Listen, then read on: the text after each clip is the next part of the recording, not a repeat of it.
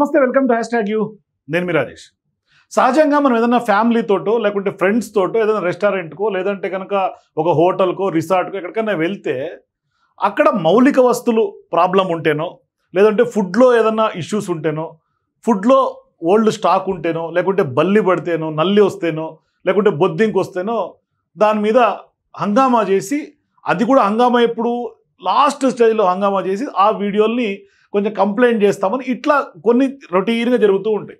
కానీ ఈ మధ్య కాలంలో కొందరు మరీ ముఖ్యంగా అక్కడ ఏది జరిగినా గొడవ చేయటం, రచ్చ చేయటం, సోషల్ మీడియాలో పెట్టడం, అంటే ఆ దిశగా ఏమన్నా లైమ్ లైట్లోకి రావాలనుకుంటున్నారా, లేదు అంటే కాంట్రవర్సీ క్రియేట్ చేసి కొంత సెలబ్రిటీ స్టేటస్, ఆల్రెడీ సెలబ్రిటీలే మళ్ళీ ఇప్పుడు కొత్తగా సెలబ్రిటీలు అయ్యేందుకు నాకైతే అర్థం కావట్లేదు. అంటే వాళ్ళు కొంత లైమ్ లైట్లో ఉండేందుకు, అవకాశాలు ఏమైనా తెచ్చుకునేందుకు లాస్ట్కి ఇప్పుడు మొత్తం హైదరాబాద్ పరిసర ప్రాంతాల్లో ఉన్నటువంటి రిసార్ట్లు కానీ లేకంటే కనుక హోటల్స్ కానీ కల్పిక అని పేరు చెప్పగానే నో ఎంట్రీ బోర్డు పెట్టాల్సినటువంటి పరిస్థితి వచ్చే అవకాశాలు ఉంటాయి.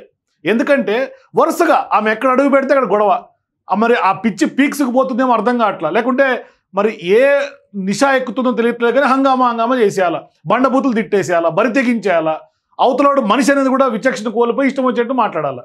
అంటే ఒక హీరోయిన్ అయినా, యాక్టర్ అయినా, యాక్ట్రెస్ అయినా అవతలని కనీసం మనిషి అనేది పరిగణలో తీసుకోవాలి కదా. ఆ హోటల్ మేనేజరు అతను మనిషే కదా, మేనేజర్ని పట్టుకొని ఇష్టం వచ్చినట్టు బూతులు తిట్టడం, లేదు అంటే ఇది ప్రాబ్లం ఉంది అది ప్రాబ్లం ఉందని కోర్టుకి ఎక్కడం. అంటే ఒక మహిళ అయి ఉండి ఒక యాక్ట్రెస్ అయితే ఏం చేసినా చెల్లుబాటు అవుతుందిలే, సమాజం ఏం చేసినా యాక్సెప్ట్ చేస్తుంది అనుకుంటే అది వాళ్ళ అవివేకం అవుతుంది. అంటే కరెక్ట్ నెల రోజులు కూడా గడవల ఈమె గొడవ చేసి జూబ్లీ హిల్స్లో బర్త్డే పార్టీకి ఏదో ఒక పబ్కి వెళ్ళి అక్కడ కేక్ కావాలని గోల చేసింది, నాన్న యాగి చేసింది, పగలు కొట్టింది, ప్లేట్లు పగలగొట్టింది, గ్లాసులు పగలగొట్టింది, స్పూన్లు ఇసిరేసింది, ఇంట్లో కంటే కూడా దారుణంగా బిహేవ్ చేసింది. ఆ కేసు ఇంకా నడుస్తూ ఉంది. దాని మీద మళ్ళీ ఇంటర్వ్యూలు, మీడియాలకు పిలిచి ఇంటర్వ్యూలు ఇవ్వాలా. అది మొత్తం రెస్టారెంట్ నాశనం చేసింది, మొత్తం రెస్టారెంట్ మీద బురదెత్తి పోసేయాల. వాడు ఆ రెస్టారెంట్ వాడు దాన్ని కడుక్కోవడానికి ఇంకొక సంవత్సరం పడుతుంది. ఇప్పుడు మళ్ళీ కొత్త ఎపిసోడ్ తెర మీదకి వచ్చింది. ఇప్పుడు సోషల్ మీడియాలో దాని మీద విచ్చలవిడిగా వీడియోలు వైరల్ అవుతూ ఉన్నాయి. మరి అది ఏం ప్యాషనో ఏం లేకుంటే ఏం ఇదో అర్థం కావట్లే. కానీ మరి అది ఆమె ఎక్కడికి పోయినా గొడవ చేసేయాలి, ఆమె కల్చరే గొడవ. ఇది చెప్పడానికి జిగుప్సాకరంగా ఉంది నాకైతే. అసలు గొడవలు చేయటం అనే మెంటాలిటీ ఎందుకు వస్తుందో అర్థం కావట్లే. ఇప్పుడు మనం మాట్లాడుకోబోయే అంశం ఈ అగ్ర హీరో అని చెప్పుకుని ఈమె కల్పిక గారి గురించి. మరి ఇవి చేసిన నిర్వాహకం ఏంటి? దాదాపుగా నాకు తెలుసు అనుకుంటా నెల రోజుల క్రితం హైదరాబాద్లోని గచ్చిబౌలిలో ఉన్నటువంటి ఒక పబ్లో అర్ధరాత్రి ఒక ఫైన్ డే కల్పిక నానా హంగామా చేసింది. ఇప్పుడు ఆ హంగామా ఇంకా మర్చిపోవాలి, నెల రోజుల క్రితమే చేసింది. ఇప్పుడు ఆ విషయం పైన పోలీసులు కేసులు నమోదు చేశారు. దాని మీద పోలీసులు ముందే ఆ రెస్టారెంట్ యాజమాన్యం ఇష్టం వచ్చినట్టుగా మాట్లాడింది, సిబ్బందిని తిట్టింది. ఇంకా విచారణ కొనసాగుతుంటే సందర్భంలో ఇప్పుడు మరోసారి కల్పిక వార్త లేకెక్కింది. ఇప్పుడు హైదరాబాద్ సమీపంలో ఉన్నటువంటి మొయినాబాద్ అక్కడ ఒక రిసార్ట్లో నానా హంగామా చేసి హడావిడి చేసింది. ఇందుకు సంబంధించినటువంటి వీడియోలు ఇప్పుడు సోషల్ మీడియాలో వైరల్గా మారుతుంది. ఆమె మళ్ళీ ఎక్స్ప్లెనేషన్ ఇచ్చి వీడియో కూడా సోషల్ మీడియాలో పెట్టింది. అంటే మొయినాబాద్ ప్రాంతం కొంత అవుట్స్కట్స్లో ఉంటుంది. అక్కడ బ్రౌన్ ట్రీ రిసార్ట్ అట. ఆ రిసార్ట్కి మధ్యాహ్నం 3 గంటల సమయంలో క్యాబ్లో ఒంటరిగా వచ్చింది కల్పిత. మరి రిసెప్షన్లో అడుగు పెట్టగానే మేనేజర్ కృష్ణ పైన ఇష్టం వచ్చినట్టుగా మాట్లాడింది. అసలు ఎందుకు ఆ విధంగా మాట్లాడుతుందో వాళ్ళకు కూడా అర్థం కాల. ఒక్కసారిగా మెనూ కార్డు ఇసిరేసింది, రూమ్ తాళాలని మేనేజర్ ముఖంపై విసిరింది, అసభ్యంగా బూతులు తిట్టింది. ఇంత దురుసు ప్రవర్తన ఎందుకు అని వాళ్ళకి అర్థం కావట్లా. ఆఖరికి సీసీటీవీ రికార్డ్స్ కూడా తీసి ఇప్పుడు సోషల్ మీడియాలో వాళ్ళు రిలీజ్ చేసినటువంటి పరిస్థితి.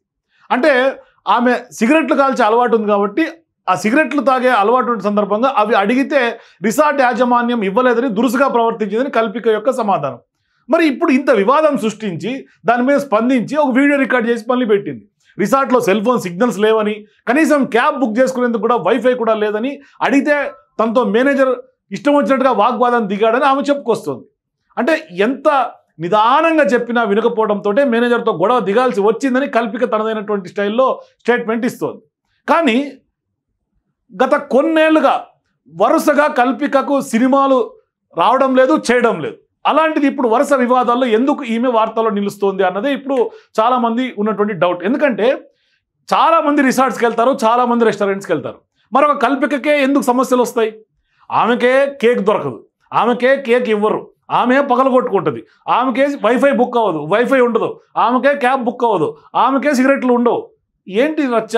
మిగతా వాళ్ళకి ఎవరికి అందుబాటులో ఉండట్లేదా? మిగతా వాళ్ళు ఎవరు రెస్టారెంట్కి వెళ్ళట్లే? ఈ అడవుల్లో బతుకుతుందా లేకుంటే హైదరాబాద్లో బతుకుతుందా?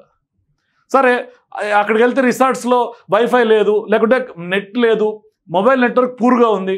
సరే, ఒక 1/2 కిలోమీటర్ దూరం నడుచుకుంటూ వెళ్తే సరే, 100 అడుగులు వేసి ఇంకో దగ్గర నెట్వర్క్ వచ్చి దగ్గర బుక్ చేసుకుంటే అయిపోయా. దానికి ఆప్షన్స్ ఉంటాయి కదా. కనీసం అక్కడ ఉన్న సిబ్బందితో, అక్కడ ఉన్న స్టాఫ్తో మేనేజ్ చేసే బిహేవియర్ ఇదేనా? చదువుకున్న వాళ్ళమే మనమంతా. మనం ఏమన్నా గాలికి తిరిగి గాలికి పెరిగామా?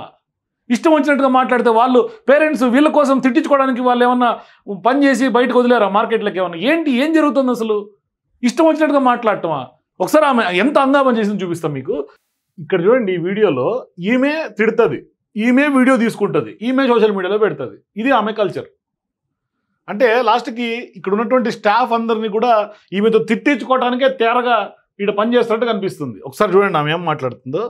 I called you asshole. What's your name? Same to you. What's your name? My name is Krishna. Full name. Huh? Full name. Address. I said Krishna. Full name. Oh, you don't have balls. Yeah. No, I can see that. Yeah. Please take your kid away from here. చూడండి, ఒక మహిళ అయ్యుండి ఇంటి పేరు చెప్పినందుకు ఏం మాట్లాడుతుందో మీరే వినండి. నేను నా నోటితో కూడా సంబోధించట్ల. మరి ఇటువంటి బరితెగించి తిరుగుతున్నటువంటి మహిళల్ని ఏం చేయాలి?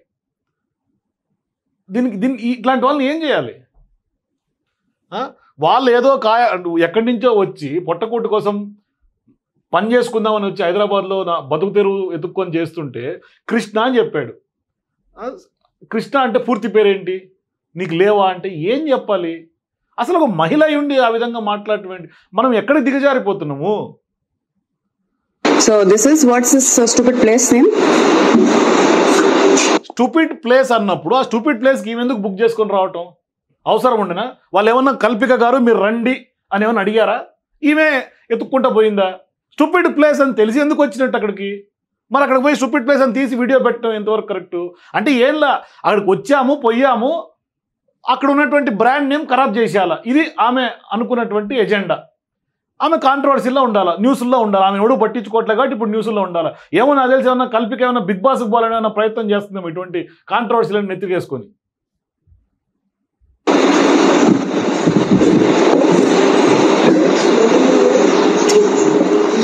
ఆమె వీడియో తీసుకొని పెట్టాలి మళ్ళీ ఇదంతా కూడా.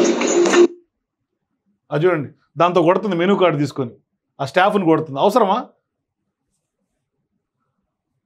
అదిగో ఆ కార్డ్ ఇసిరేసింది, keys. Okay, so it's regarding, I came to live to tell about what happened in Brown Town Resort. So I was on this vacation at another resort called Wilderness Retreat in Nanakaramguda, I guess. 2 nights అక్కడ ఉన్నా.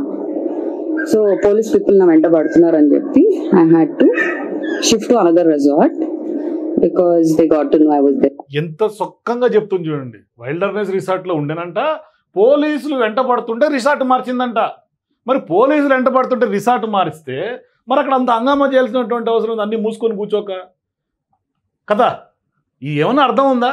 పోలీసులు వెంట పడుతున్నారని చెప్పి resort మార్చి అక్కడ పోయి నానా హంగామా చేసి స్టాఫ్ని తిట్టి ఏంది? ఆల్రెడీ ఒక కేసులో వెనకాల పడుతూనే ఉన్నారు పోలీసు వాళ్ళు, వరుస పెట్టి వస్తూనే ఉన్నాయి కేసులు. ఇప్పుడు మళ్ళీ ఇంకోటి. అవతల వాళ్ళు రెస్పెక్ట్ ఇచ్చినప్పుడు రెస్పెక్ట్ ఇచ్చి పుచ్చుకునే విధానం ఉండాలి. నువ్వు ఎంతసేపటికి దురుసు ప్రవర్తన చేస్తా, నీ ఇష్టం వచ్చినట్టు రాజ్యాంతం చేస్తా, అవతలోడు ఏం మాట్లాడినా పడతాడులే అనుకుంటే అది ఎవడు పడ్డి ఈ కాలంలో. కానీ ఈ మధ్యకాలంలో ఈ ట్రెండ్ అయిపోయింది. ఆ ట్రెండ్కి ఫుల్ స్టాప్ పడాలా. కనీసం ఈ రెస్టారెంట్ వలన కల్పిక మీద కేసు పెట్టి ఆమెని కటకటాల వెనకలు పంపిస్తే ఇంకోసారి ఏ రెస్టారెంట్లోనే పోయి మాట్లాడాలంటే భయపడాలి.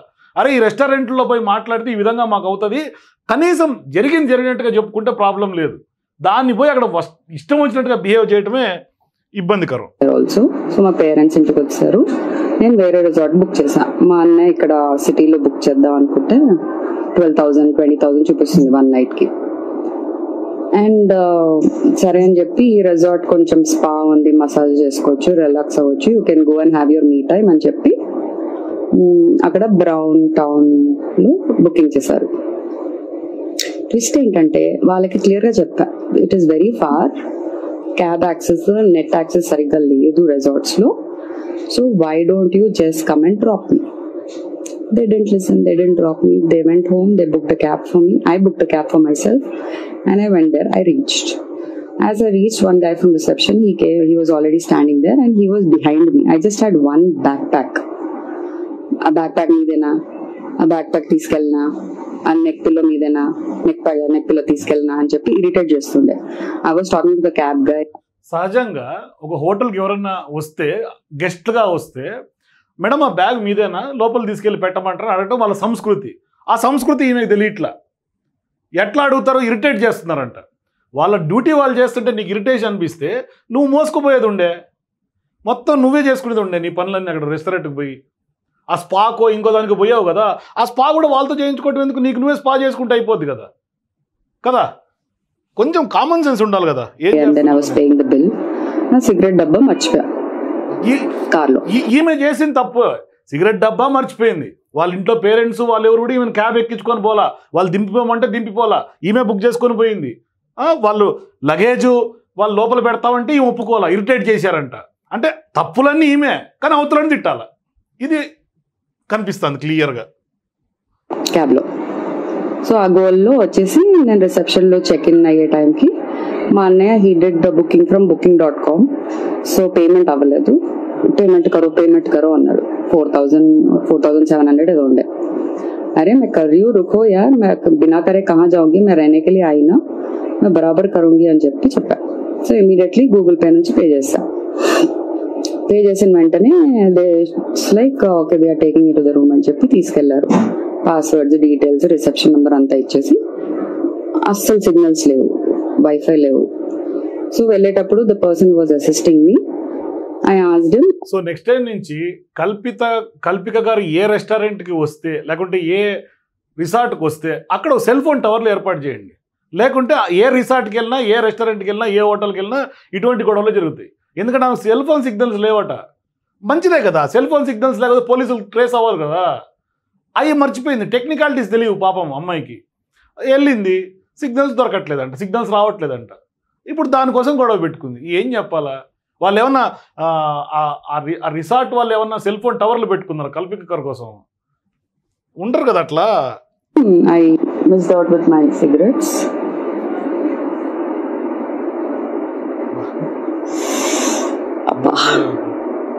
So can any of you guys, మీకు బైక్స్ ఉంటాయి కదా, మీరు వెళ్ళి తీసుకొస్తారా? I'm here for a night, so I need smokes, it's very cold అని చెప్పా. తీసుకొస్తారా అంటే లేదు, మా దగ్గర అలాంటి సర్వీస్ లేదన్నారు. నేను ప్రీవియస్ రిసార్ట్లో చెప్పిన వెంటనే తను వెళ్ళిపోయి తీసుకొని రావడం కూడా జరిగింది. సో వై నాట్ అని చెప్పా. పోనీ నాకు సిగ్నల్స్ లేవు, మీరు క్యాబ్ బుక్ చేస్తారంటే నేనే వెళ్తా అన్నా, without even going inside the room. అయితే మేము క్యాబ్ బుక్ చేయం, మీరే చేసుకోండి. అరే సిగ్నల్స్ లేవు, మీ వైఫై పనిచేయట్లేదు, నేను ఎట్లా పోవాలి? అండ్ 3 kilometers వరకు షాప్స్ లేవు.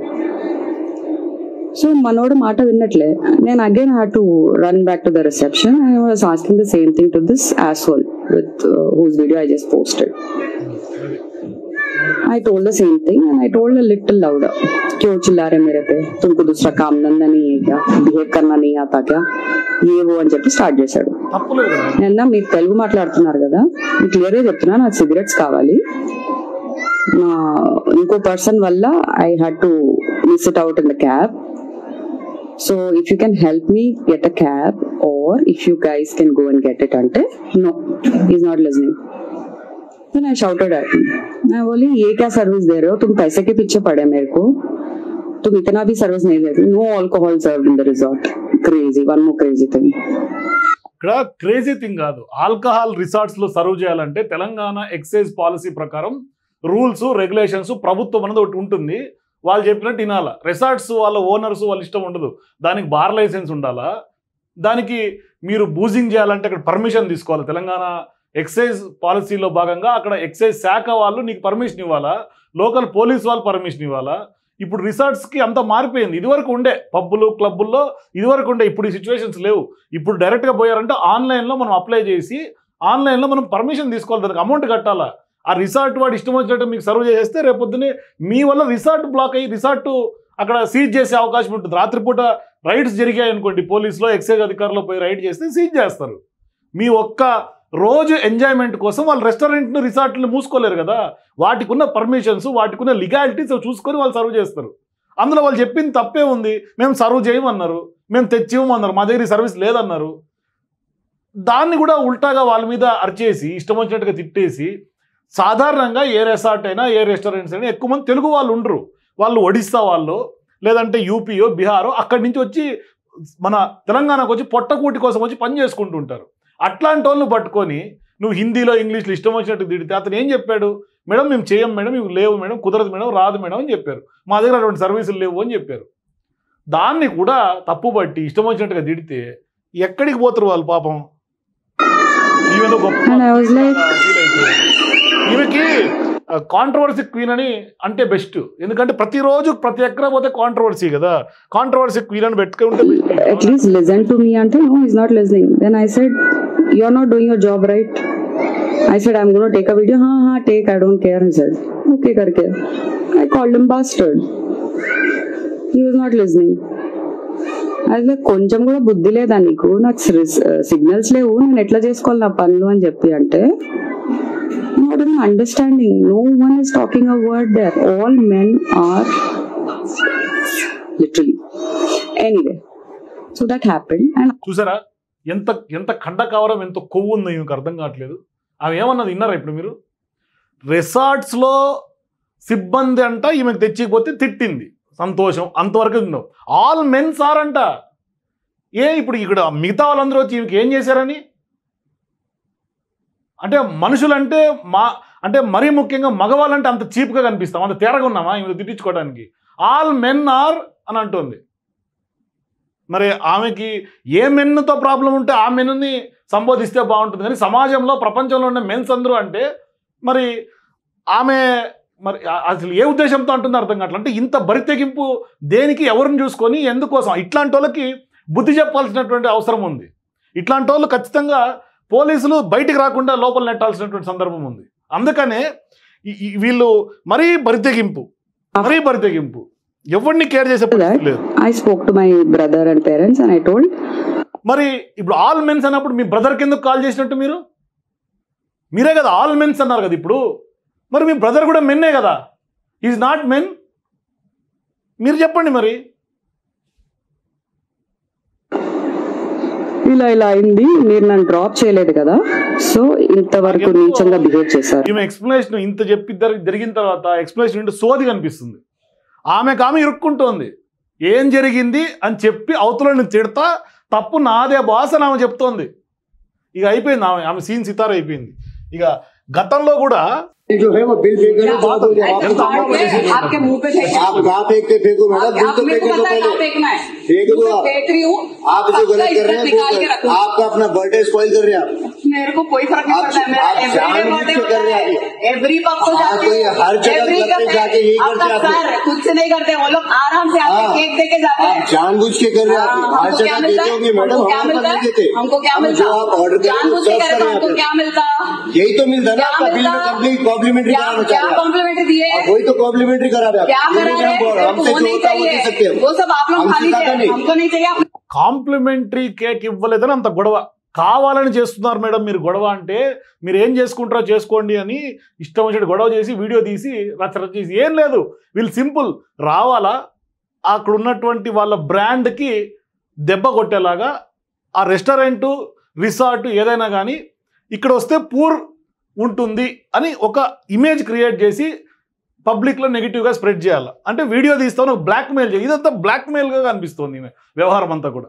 సో ఇప్పుడు సోషల్ మీడియాలో ఇటువంటి వీడియోలు గతంలోవి ఇప్పుడు వైరల్ అవుతున్నటువంటి నేపథ్యంలో ఒక డౌట్ ఏమొస్తుందంటే, ఖచ్చితంగా ఈమె ఏదో వాంటెడ్లీగా చేస్తోందని, కాంట్రవర్సీలు కావాలని క్రియేట్ చేసుకుంటోందని, బిగ్ బాస్ తొందరలో స్టార్ట్ అయ్యే సీజన్లో కూడా ఈమె కొంత ప్రయత్నాలు చేస్తోంది. కాబట్టి ఇటువంటి కాంట్రవర్సీస్ ఏమన్నా అందరి దృష్టిలో ఉండటానికి, అందరి దృష్టిలో నానటానికి, సమాజంలో గొప్పగా ఏదో జరిగిపోతుంది, ఈమెదో పెద్ద సచ్చీలులాగా లేకుంటే గొప్పగా ఆమెదో ఉద్ధరించే వాళ్ళలాగా అవతలని ఇష్టం వచ్చినట్టు తిట్టి ఆ వీడియోలను కనుక పెట్టి పోస్ట్ చేస్తే ఒక సెలబ్రిటీ లాగా కాంట్రవర్సీ క్రియేట్ అయ్యి, అంటే ఈమెకేదో అన్యాయం జరిగినట్టుగా సమాజం అంతా సింపతి వస్తుందనే ఫీలింగ్లో కాంట్రవర్సీ క్వీన్ కల్పిగా ఉన్నట్టుగా అర్థమవుతుంది. సో మీరు కూడా ఇంత రచ్చ చూసిన తర్వాత ఈమె రచ్చ వాస్తవం ఉందా లేకుంటే పిచ్చి పీక్స్కి ఎక్కి రచ్చ చేసిందా? మీ అభిప్రాయాలు కింద కామెంట్స్లో తెలియజేయండి. For more videos please watch #.